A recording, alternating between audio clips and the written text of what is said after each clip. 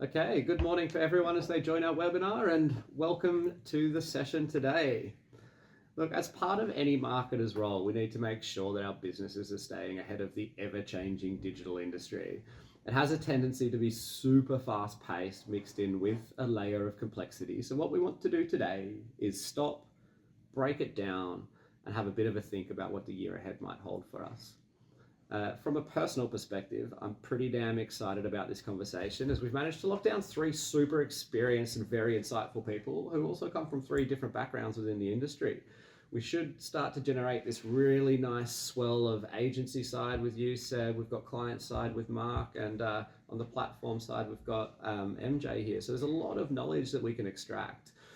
So what our panel is going to do today is share their insights on the latest social media, emerging technologies, the latest data strategies, and also changes in consumer behaviors. Now, I'm not by any means saying that we have a crystal ball, but we do have some pretty good ideas about what's going to be trending in 2023. To introduce myself, I'm Sam. I head up digital partnerships and solutions at Bench, and I invite you guys to sit back, relax, and hopefully learn a thing or two. So big thanks from me for joining us as we look at what the digital media industry will be up to throughout 2023. If you've got any burning questions, feel free to pop them in the chat. We'll either get to them throughout the conversation or we'll answer through the chat functionality, and anything that we don't quite get to, we'll follow up with you directly following this conversation. Now to start, I'll just ask that the panelists quickly introduce themselves, their titles, and a little bit about their area of expertise. MJ, you can kick us off. Thank you. I'm MJ. I'm the Group Sales Manager at Yahoo. I have been in the industry for about 12 years, working across digital, both agency and publisher side. Thanks for having me here today. Thank you. Sebi? Hey guys, I'm Sebastian Diaz. I work at Bench Media as a Senior Media and Partnerships Manager. I've worked in the industry for about 6 years across publisher side, agency side, so kind of had a bit of a breadth of experience across the industry. Nice one. And Mark? Hello, my name is Mark Charlery, aka MC. I'm currently the head of digital acquisition at RMIT Online, but I've been group side, agency side, tech side, now client side, so trying to tick off all of the corners. I've been in the industry about 13 years now, and I still love it. Amazing. Awesome. Cheers, guys. Let's get stuck into it, shall we? All right, let's start with our first topic of the day. We'll attempt to unpack quite an interesting and unique digital audience. So we'll start with Gen Z. Now, Seb, I might kick off with you. It's no secret that the media landscape continues to change, right? Digital media consumption continues to rise across most demographics, most devices as well, from our connected TVs to our mobiles, smart speakers, laptops, you kind of name it. One thing that kind of stands out to me is that there's this really unique group of consumers that brands haven't quite figured out how to connect with super effectively yet, and that is obviously Gen Z. So can you give us a little bit of insight into what you've learned about this audience in your role specifically, and perhaps some things for brands and agencies to think about when they're looking to cut through the noise and speak with them throughout the year ahead? Yeah, cool. So when I think about Gen Zs, I think about them both in isolation, but then how they interact with other generations as well. So I think the way I always like to approach media is what have we done in the past, and then how can we use that to kind of meld into the future. So if you think about previous generations, Gen X, they were very much a TV generation. That was their kind of media consumption. That was their channel that they really utilized. Moving on to the millennials, it was all about then the internet and Facebook, very much kind of starting to evolve into that mobile space. Gen Z is full on into that mobile space, right? So whenever anyone thinks Gen Z, they think of like your TikTok type ads, channels, they spend hours upon hours on there every single day. And the reason why I say it's important to think about the previous generations when thinking about Gen Z is because channels tend to bleed into past generations as well. So for example, I'm sure your grandparents who are probably, prior to Gen Z are using Facebook, right? So this is why we need to actually focus on how to target Gen Z so that actually bleeds into a much bigger audience in a couple of years' time. So if you think about Gen Z, unique characteristics they do have, they have an incredibly short attention span. So research dictates that millennials have about 12 seconds attention span. Gen Z 8 seconds. Myself, probably about 4 nowadays. So what you're saying is anyone that's in the audience that's Gen Z has probably switched off already? Yeah, 100%.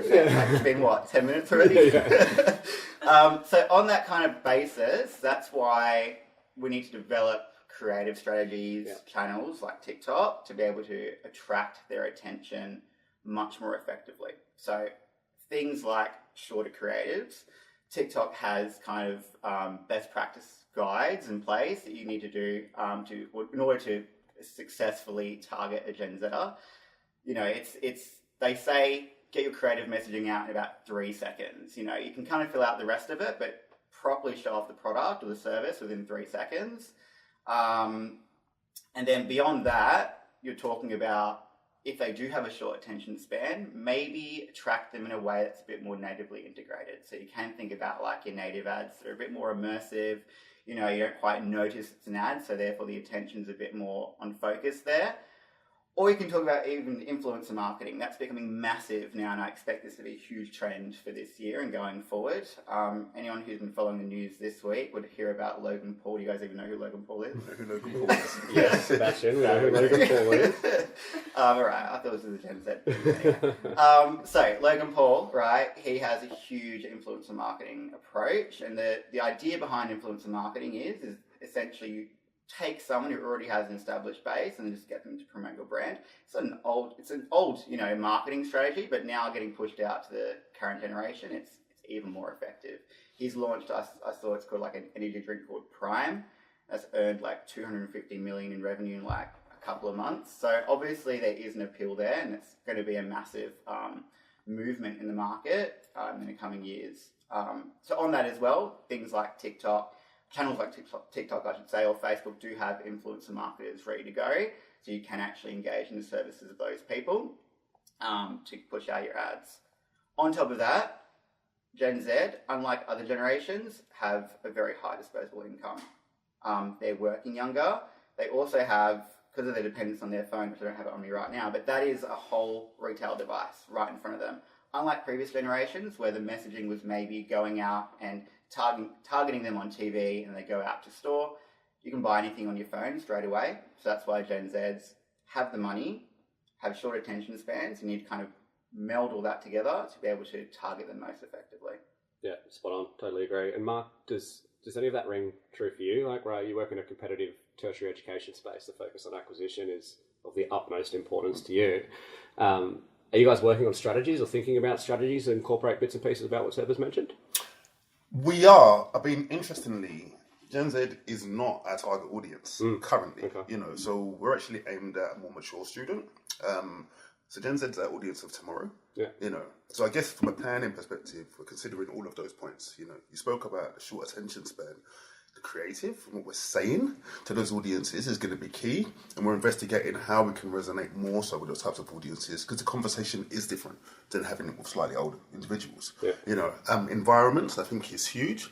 The environments that we typically play in don't speak to that audience now, so we have to get savvy with what we're going to do in that space to ensure that we can get cut through when we do start to market to those audiences, because as you said, that channel overlap will continue, but those channels will become more and more prominent in terms of trying to target them. So what you might have done before, where you focused really at the pointy end of the funnel and you were quite direct in terms of your response to them, now we're going to have to be a bit more creative, a little bit more smarter, if you will, a little bit more tactical in terms of how we're trying to converse with them. Yeah, and when you say environments, are you talking about that social media environment, or are you also talking about things like gaming environments? More influencer-based markets? All of the above. Influencing, and it's funny, I was having a conversation with someone before and it was like, well, there's influencing, but then there's advocacy, and if you can build those advocates in that generation, so they're going to help you resonate more so. So I think it's not just about channels, it's around, well, how do we actually resonate? How do we get cut through? And how do we, I guess, portray ourselves as being relevant to them? Yeah, got it. And MJ, what's your take? I'm super interested in your take on this. I know that Yahoo's done a lot of work around metaverse, and I didn't know if we were going to go down this path, if it's a little bit too rogue, but I'll let you, with a pretty open-winded and broad stroke, give us your take. Well, I think throwing back to that influencer marketing, what we're really seeing is the huge difference between millennials and Gen Z is that Gen Z are telling us that they want authenticity. And that's why I think that influencer marketing really works, because they're people that these Gen Zers are really relating to. I think the launch of things like Be Real and the popularity of that just really doubles down on that message. It's right here, right now, as opposed to the millennial like myself who loves a good filter. So when we start to think about things like the metaverse, it's really about creating those experiences where they can come and be themselves. And we're finding that's really working for brands. So we have actually just launched with a large alcohol brand that is targeting a bit more of a younger demographic, 18 plus, I promise. But definitely giving them that chance to come and be authentic with the brand and have that real connection. Cool. So the things that I'm kind of picking up are we have to be authentic when we're speaking to this audience. We've got to get cut through quickly because there's a very, very low attention span. And you might need to think about specific strategies to speak to this audience because if you're going to do the standard, it's just not going to get the cut through that you need. I'll start with you again, Seb, and a pretty open-ended question. But how have you seen the landscape shift over the past 12 months or so? And why is that important to us at all in a digital environment? We've not only had this shift from linear to digital, but also from non-ad supported digital platforms to ad-supported digital platforms. And I'm looking at you guys, Netflix and Binge. I can only imagine that makes things pretty fragmented, right? So when looking to plan really tight awareness and consideration campaigns throughout the year, what are your thoughts for the year ahead? TV has always been a bit of a passion project of mine. I think about when I started in this industry only 6 years ago, BVOD or like catch-up TV was always sold as like a bonus on top of regular TV. Everyone still used to buy linear TV and it's just like, hey, we've got this inventory, we're just like offloading, do you want to buy it or get it for free? It's completely flipped in its head. So if you think about it now, BVOD, catch-up TV, that's where really the market is for catch-up TV. It's obviously super beneficial because it's super addressable, it's targetable. You can even go down to like show-based targeting, very different to kind of how linear TV was bought in terms of audience overlays on top. So when I think about that, the TV landscape has changed massively because of that. Then on top of that, we're talking about catch-up TV kind of becoming a bit more of a lower funnel piece. So it used to be pure awareness TV. Now you can kind of show that you can show an ad to a household and you can you can prove lower funnel conversions through the back of kind of like a household ID that you can show that, you know, therefore someone's gone and then purchased a product, or even now there are shoppable ad formats on BVOD that you can kind of scan the TV and then buy something straight off the back of that. So that's definitely how the landscape is changing, is TV is no longer just a pure awareness piece, it can go further down the funnel. And then on top of that, the landscape has changed massively and well overdue for VOZ data. So what VOZ data is, it's called Virtual Australia data. It's essentially now proving the value of your streaming services, at least your main television network streaming services. In terms of viewership. Exactly. So the way it works is it used to be kind of overnight numbers that used to be shown for TV. So it'd be like, okay, you know, who watched Maths overnight? You know, like a solid 1 million people. Now what's happening is we have this VOZ data. We all watch Maths. Let's all not lie to ourselves. Now it's VOZ data. So essentially it's capturing the streaming audience as well on top of that. So it's a much more grand audience. You can now then report down to those kinds of audiences that are watching it, down to, you know, certain demographics, all that kind of stuff. And if you think about why that's important, when I was kind of looking for a house recently, I was noticing that even new houses don't have an antenna attached. Everything is now through BVOD. So you now have to stream TV to be able to watch TV and therefore get captured as an audience member. So the landscape's moving towards this kind of streaming service, kind of audience targeting. It's been doing that for many years, but now with kind of the uptick of your SVOD services, so like your Netflix and your binges, all that becoming ad revenue based services, no longer free and subscription based. That's going to open up the market massively to be able to target a much bigger audience in Australia, because there are so many people nowadays who just don't watch your major networks. And then there's an increase of reach there. And then, you know, as they kind of build that out, there'll be even bigger audiences you can target off the back of that. So brands can now start to think about attracting an audience through a different streaming service, much more reach in there. and much more targeted and niche, and then can actually bring them down the funnel from what they typically thought TV was, which was awareness, down the funnel to more conversion-based actions. Yeah. And does that become more important for you, Mark? It's often a difficult shift for a brand to move from heavy performance-driven activity, which is all the acquisition type work that you do, to then trying to incorporate some awareness and tie those two things together with the data involved. Is that something that helps you measure and justify things to start working in that space, or is it something that you're kind of not even thinking about? In a word, yes. Yeah. No, the challenge, the biggest challenge. Thank for you. Moving on. The biggest challenge for us, I mean, historically, it's not really a space that we played in. Yeah. We played much more heavier in the acquisition phase. So we typically use channels that way you could, like, I guess, harness the low-hanging fruit, if you will. You find that those lines are blurring a little bit? If anything, I think the proliferation of offerings out there has made things more challenging, trying to join those dots together. Hence fragmentation, right? Correct. I mean, measurement is key. You spoke about using TV/video as a lower funnel tactic, and yeah, there is opportunities there, but I think it speaks more so to certain verticals. I think if we're thinking about what we do from a planning perspective, it probably does play more so in that awareness and consideration phase. But again, the difficulty, and as I mentioned before when we were talking about Gen Z, is trying to find the right environment at the right time that's going to get you the most cut through. And with all of those options, you have to spend a lot more time planning and thinking strategically how the creative is going to sit in that environment, what type of shows you're going to be showing against, and really think about how you can try and join those dots together and make it lead on and push people through those phases.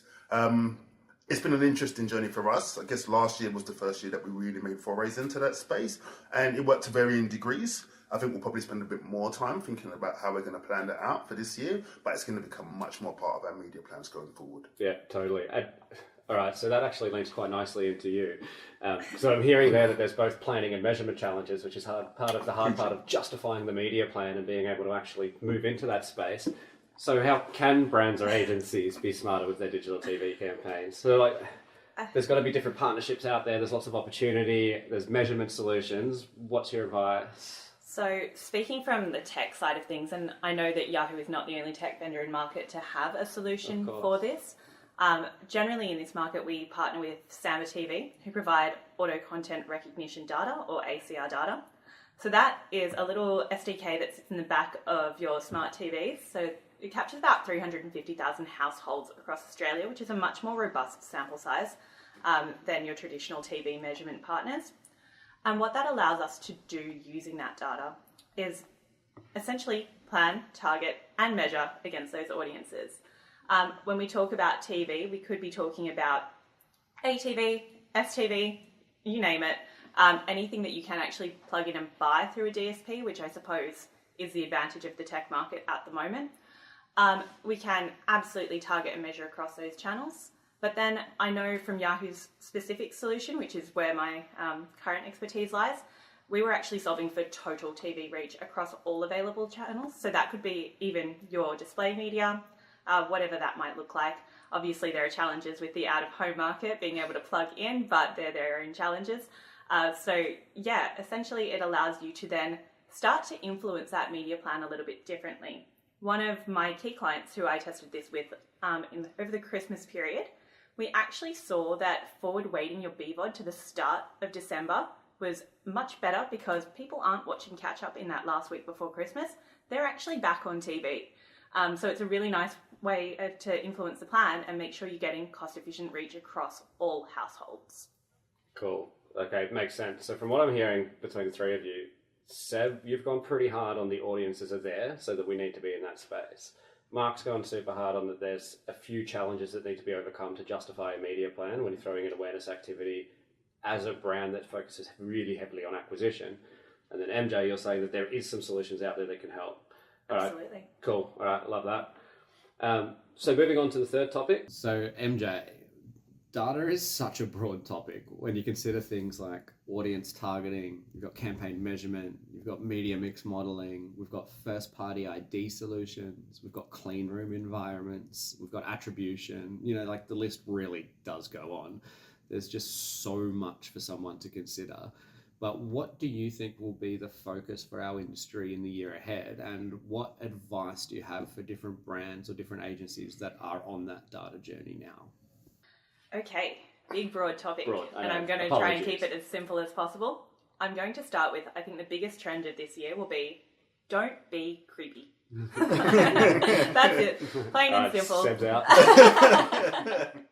I think we've gone from hyper-targeting, like super creepy advertising. It's made people feel uncomfortable, and that's why we've seen changes in regulation. Yeah, I was just about to ask if that's what you think might be the changes in regulation stemming from. Absolutely. That it means we have to be a little bit smarter with how we're talking to these audiences, but we have to really offer a value exchange in order to get that relationship with the audience and to be able to have those conversations. I love a good personal example, so here you go, a bit more about me. So Virgin absolutely has all of my data. Why? Because I get free flights in exchange. It's definitely, they're offering me something as a brand that makes me want to tell them everything from my credit card information, who I purchase with, purchasing through their app, etc., in order to get that value back. And then in terms of management of data, I think the deprecation of the first-party cookie, let's quickly touch on it. 60% of the internet is already unaddressable. So it's making sure that you are working with partners that have solutions for, well, cookieless solutions, which I believe there are a few partners out there in market. As you know, ours, we've got our next-gen solutions, which is actually built off a seed audience of our known users. And we have that via, not only is it transparent data, but it's opt-out data. So those people can actually opt out at any point to make sure that we are not being creepy with their data, essentially. And I think that's really important, having that option for audiences, and I think that's just come through in the Australian legislation as well. So that was a big, long tangent, and I think clients are probably wondering, okay, so what do I have to do on my end to actually activate that? We've come from DMPs and we're now moving into CDPs, which is a whole digital transformation for a lot of clients. A lot of clients are not there yet. And if they do have a CDP, it doesn't actually sit within the marketing team. So I think it's about taking stock of what you do have access to and working with partners to see how you might be able to activate that, obviously in a clean room environment, because we don't want any data breaches, and we want to make sure that we are not having any PII transferred across. That was a lot to digest, so I'll leave you there. No, that's good. It gives a really broad stroke about what's happening in the industry. Now we might move down to some sort of specific client-led conversations, but it's a really interesting one because MJ's talked about a lot of the tech in the background that can help power data collection and data activation, measurement, all of those sorts of things. And I know that you at RMIT have some of those solutions in place already, but yet you still say there's a lot of work to do and you're not quite there yet, which is really, really interesting. But you guys are handling lots of people's personal information. What importance do you place on accurately handling that and then using it for your nurturing type processes? Not a lot, to be honest. That's a joke. Not a funny one, Mark. No, so, I mean, obviously security is first and foremost the most paramount thing for us, you know, and that goes across the whole RMIT entirety. So RMIT Online is probably more so, you know, like for us, obviously we're dealing in environments where it's not physical, you know, you can't lock that down in the same way that you could in the old days in the filing cabinet, in the cloak room, in a safe, you know, like everything we do is based around the premise that the data that we collect, we don't use from a personally identifiable information standpoint unless they've already given us that data and it's a one-to-one communication, you know. I guess when we think about data, there's the external point of view and then there's the internal point of view. Obviously, we don't collect data unless somebody gives it to us, so zero party, first party, you know. And then what we do with it after that is mainly dictated around trying to make it most relevant and I guess valuable to them, you know. So from our prospecting activity, obviously we collect that information in platforms, you know, we then push that into our CDP. The reason we push it into our CDP is because we can ensure that we don't spam people with it, you know, that we can retarget in an effective way in different environments, you know, so we can have essentially start a communication or start a conversation with individual users. Once they've come into our ecosystem, I guess that's the internal use of the data, you know, so how we then analyze that to try and make our comms more effective, you know, how we ensure that we're not overloading people with communications that are unnecessary.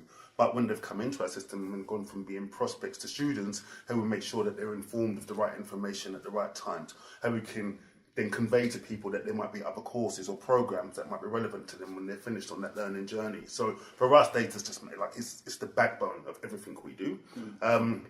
I guess in terms of that not being where we want to be, it's an ever-evolving process. You mentioned legislation before. There will be things that we might have to change in 6 months or 12 months' time, depending on how things change. No, I guess there are things. I guess as the landscape evolves, we'll have to evolve with it. Yeah. So in terms of our infrastructure in place, I think infrastructure in place at the moment, I feel like we're in a good place, but there's a lot of work to be done because, as I said, from an internal standpoint, we're still analysing what the most effective way is to use our technology, what's the most effective way to use the data that we've got to hand. Yeah, good. Awesome. I'm just going to add on to that because I'm loving everything you're saying because A, you're not being creepy, and B, you're offering a lot of value there. Yeah. So I think that's a really awesome real-world example of what I was talking about. Totally. It's a fine line though, Yeah. like you do want to make things most relevant, but then when does that become creepy? Yeah. And I think it's with that over excessive communications and trying to personalize too much. Yeah. There's a line. Which some brands need to learn and need to learn quite quickly, I think. But Seb, I'm also keen on hearing your take on this one, man. Like taking what MJ has said around data consent and connecting the assets, technology and media, as well as Mark's heavy focus on first-party data and how to talk to students in the most effective way without being creepy.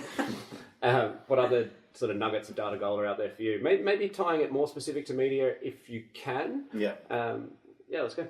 Yeah, I think what we've kind of discussed already is like a pure value of first-party data, right? So basically, data you can collect from your clients, there's a proper value in actually being able to target that effectively, and then making sure you do that in a really privacy-compliant way, which you guys are doing really well as well. When I think about it from like a media or agency side, right? We see the value of it every single time we run a campaign when a client does have a really robust CRM or first-party data kind of pool that we can utilize. But the reality is that most clients that we do work with, and that's agency-wide, just beyond bench, only about 7% of agencies properly use, 7% of brands actively have a first-party data pool that we can actively use. We over-index on that at bench because we truly focus on clients trying to build up their CRM pools, their audiences that they do communicate with on a daily basis through their transactions. And so I think what we can say from kind of our side as an agency, for any brand who probably hears this conversation and goes, it's probably a bit too big a project to actually get ourselves involved in, because there's a whole bunch of privacy compliancy stuff, actually getting that data can be quite tricky. It's not too hard to start doing it, right? You do have transactional data from your business, from people who are going and shopping. That is, your names, your numbers, your emails, all that kind of stuff. You can then manipulate that in a very easy way that's actually very privacy compliant through a process called hashing. And then you can actually push out that data to your agency or whoever's kind of running your media strategy as well. So don't think about it as this massive kind of project that's going to sound like it's too difficult to actually start out in. Obviously, you guys are super advanced in what you're doing and you're starting to integrate with like CDPs and being even more data compliant in that sense. But if you aren't at that stage yet, it's not hard to actually just gather that data and then push it out to your agency in a very privacy compliant way, because we do see the value, especially from a lower funnel conversion perspective. We do see the value of being able to retarget that audience who maybe you've engaged with in the past as a business, and not only off the back of that, but now you can actually build what we call lookalikes off the back of that, so audiences who look like your typical converter, and then we can kind of run those strategies. So it's not too hard to actually start today to build out those first-party data strategies. Yeah, I would totally agree with that. My personal opinion on it all is to almost look at it in phases. You can have this sort of like early entry type phase versus trying to figure out what to do with the asset phase, then into some more really advanced capabilities. And while we've kind of covered a fair bit of that, I do want to say to anyone that's listening that hasn't got started on that data journey is that first part is almost the scariest part, but also some of the easiest parts to start adding some value very, very quickly. So don't be scared of it and start giving it some focus today if that's not what you're doing already within your business. I'm going to throw out just a little random thought that I have on what we'll see a lot of this year, and I think it will be a lot of competitions. Because brands are trying to acquire that first-party data, and if you don't have that transaction data, that's the simplest value exchange I think you can offer a consumer to actually acquire it. So I think competitions will be back. Awesome. Calling it. Trend for 2023. There we go. You heard it here first. Okay, so our next topic to cover is one that I personally think is going to have a bit of a year of standardization and probably a bit of a year of scale as the industry learn and educates and evolves around the topic. And while still being fairly connected to data, I do want to make sure that we discuss it specifically. So, Seb, why is everyone talking about attention now? It seems that we're going through a bit of a similar journey with attention as we did with viewability some time back. And I'm seeing more and more solutions in the market. Some seem to be aimed at above the line media, some aimed at digital, some aimed at attention planning versus others being aimed at optimization and reporting. What has suddenly sparked this all of a sudden, and how is the industry approaching it? Yeah, I think the crux of this is they're still talking about attention. I feel like it's spoken about for several years, but as you said, now it's getting to a point where it's just getting like, traction. Yeah, it's getting traction. Now we're trying to find a way to standardize it, right? There's so many different platforms out there that measure attention in different ways, whether it's just like time on a page, whether it's like your eye tracking, like Playground do. So many different ways of approaching it, but let's take it all the way a step back and why it's important. We had these similar discussions about 7 years ago. I mean, prior to when I was in the industry, but about viewability, right? So Did you just flex on your age?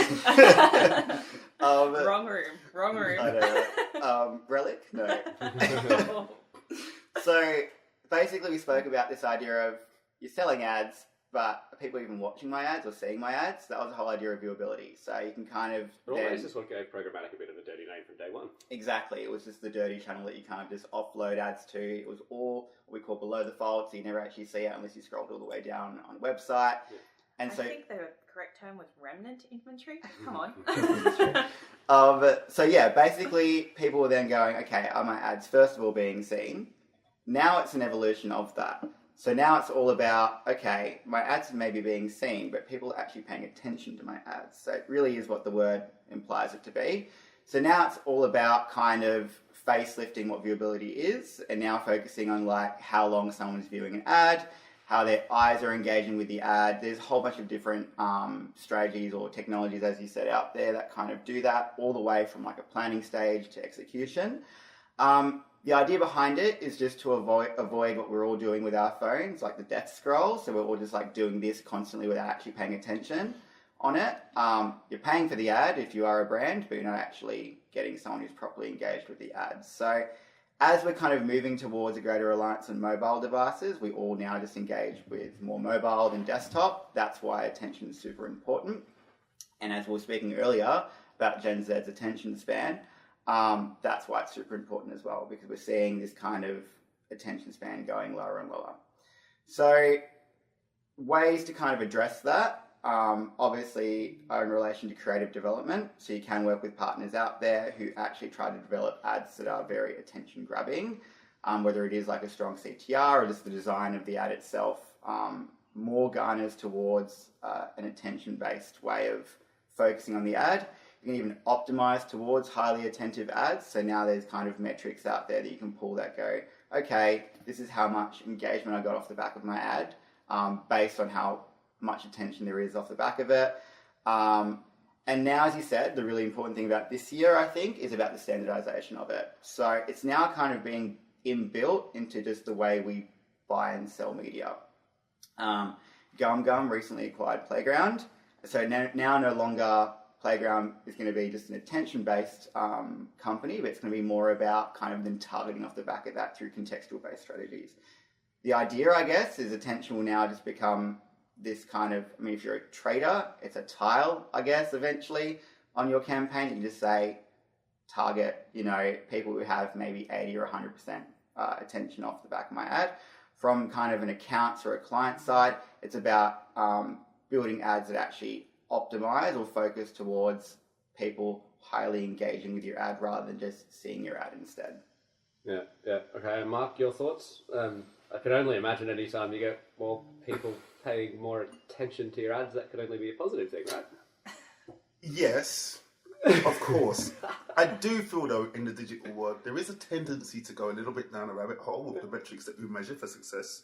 So sure, we show an ad, we want a person to engage with that ad, we want it to capture their attention, but ultimately it's about outcomes, because even high attention spans doesn't necessarily mean they're going to complete the action that we're hoping them to drive. Correct. So I do feel like, as important as it is to an extent, we should probably be focusing more on the whole media piece, and how we're building that communication over time with an individual or with cohorts to go on and complete those actions that we want, And that's why I think things like ambient ads are really interesting as well, because they're not aggressively trying to capture attention, but more sat in the background and essentially building organic attention off the back of that. So I find that quite interesting. And I'd be keen to see how you might be able to translate something like that, which typically is out-of-home type asset, into a digital environment. I think there might be something there in 2023.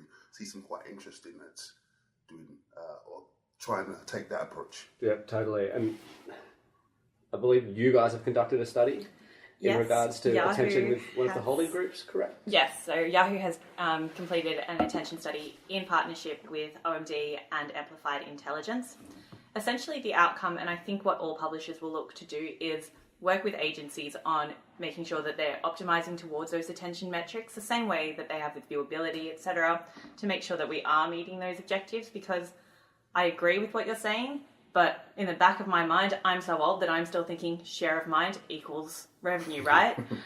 So if they're not thinking about my brand, are they buying my brand? So you're kind of saying there that the outcome is obviously important and probably the most important, but attention should almost be a baseline for campaigns. Yeah, I think it'll come down to where we're at with the likes of viewability, essentially. Yeah. It's just going down that traction. Though I'm also still back on death scroll. I call it a scroll hole. Are you okay, honey? I like it. It's more aggressive. Yeah, okay. So bringing the chaos. Now, on to our last topic of the day, and one that is super close to our hearts, and that's social responsibility. Bit of a gear shift, but definitely something that we want to have a focus on for the audience. Now, MJ, I'm personally super excited that our industry has finally started taking a long, hard look at itself and the impact that it has on the environment. I once read, and I don't want this to be quoted, so I won't give any source, that if digital advertising was a country, it'd be one of the biggest global polluters, which, let's be honest, is a pretty terrifying thing to think about. Now, I noticed that Yahoo have been pushing a partnership and integrations with Scope 3 in the past few weeks. Maybe it's the last couple of months now, but what can you tell us about this, and what can you tell us about the importance that's being placed on social responsibility, and what should marketers think about for the year ahead? Absolutely. I think when we're talking about sustainability as a pillar within corporate social responsibility, because corporate social responsibility is so huge, really it's about making sure that we are providing for the future, essentially, for those Gen Zs that we just spoke about, and what was it, alphas and betas, wherever we end up. So for Yahoo as a business, I can speak about, first and foremost, we've done a lot internally. So our data centers are actually ranked #1 in the world for efficiency.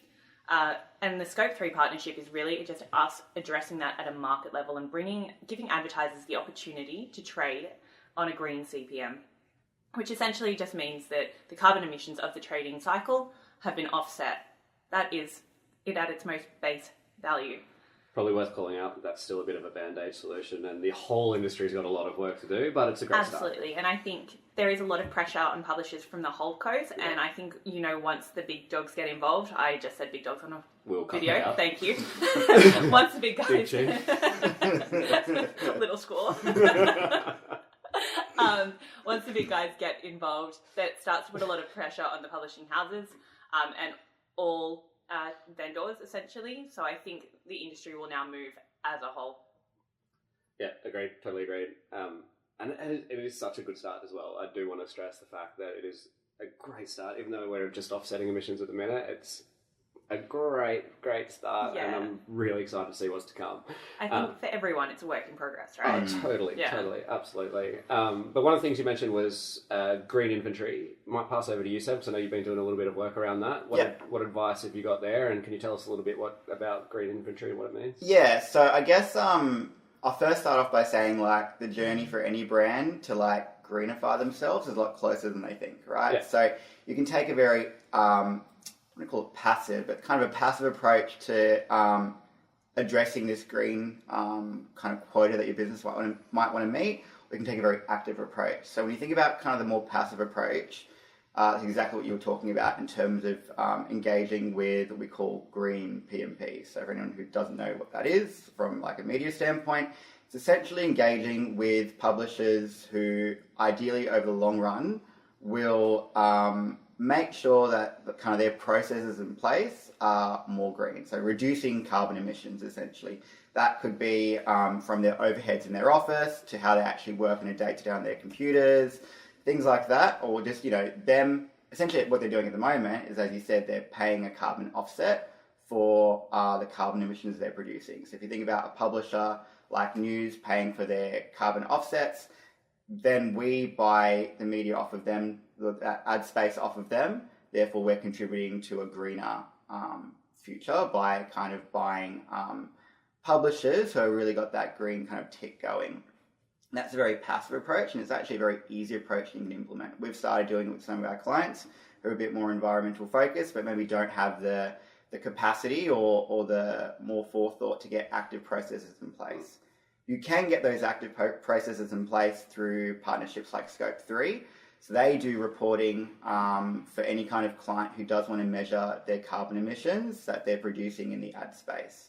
So we've done some work with some of our education clients to prove or to show how much carbon emissions they are emitting through their ad process. So that is developing an ad, then showing an ad, then people receiving an ad on their phone or their computer. That does emit a lot of carbon emissions, as you said.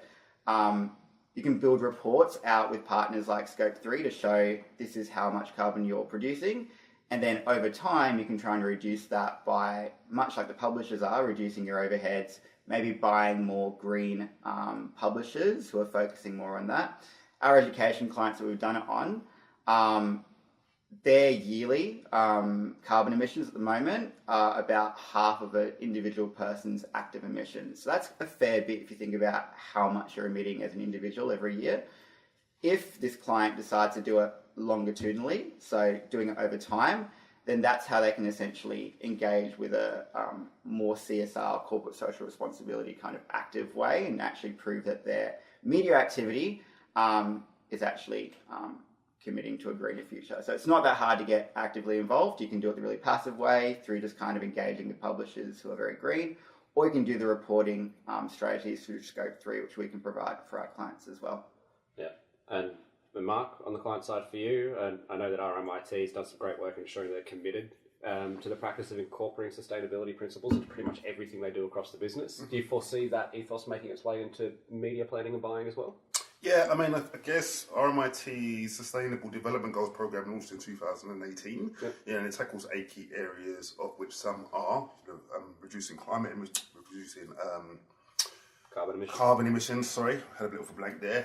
But even through to working with green energy partners, having sustainable buildings, recycled water, and obviously that trickles down to all global RMIT properties, of which RMIT Online is clearly one. I guess from our own standpoint, it's a key focus for us as a business. It's kind of the mantra of what we're about.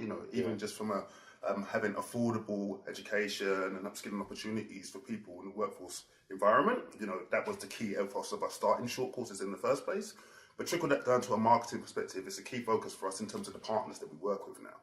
So I feel like it's been difficult because it seems to be the buzz in that industry at the moment, but because it's been such a core part of RMIT anyway and RMIT Online, I think it's a key focus for us from a brand, even from a performance marketing standpoint, just who will work with what their commitment is towards it as well. Because ultimately, it's all of us that's going to help make this change. It's not individual businesses or people. I was going to make the exact same point as a bit of a summary to sustainability, but that's one of the things that's kind of really getting me with it all is the collaborative approach. You never see that within this industry, but you've got clients that are really focusing on it.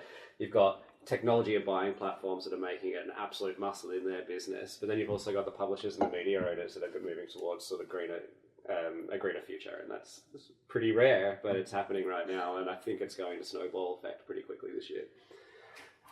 All right, I'm going to do this because I'm a little bit evil and put you guys on the spot, but as final thoughts, if you could say one thing that you really want the audience to take home with them today, what would you mention?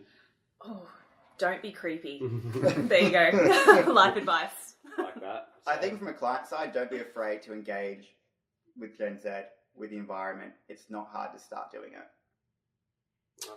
Yeah, really start to think about how you're going to utilize first-party data. Yeah. That's going to be key. Absolutely solid. All right, that's about all we have time for today, folks. I'd like to extend a massive thank you out to our experts on the panel. It's MJ from Yahoo, we've got Seb from Bench, and we've got Mark from RMIT. Really appreciate you guys taking some time out of your busy schedules to join us, and I hope that the audience learned a thing or two. Thank you. Thanks for having us. Thanks. Welcome.